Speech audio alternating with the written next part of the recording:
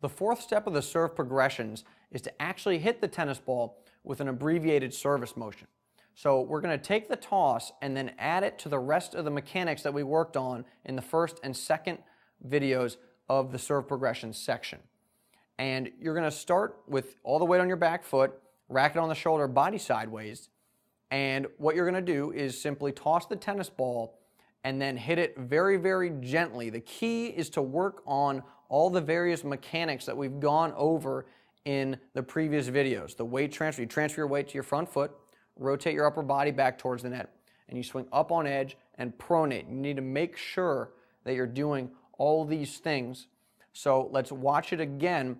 What I want to highlight right here, if we freeze it for a second, is that I'm stopping my racket at contact, and that helps me develop the motion correctly. I want to be able to do it very slowly so I can really focus on the technique.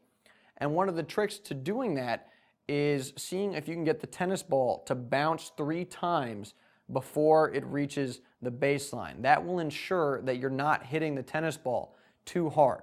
And again, just to reiterate, make sure that you stop at contact. So you swing up on edge, pronate, and then stop at contact once you've hit the tennis ball.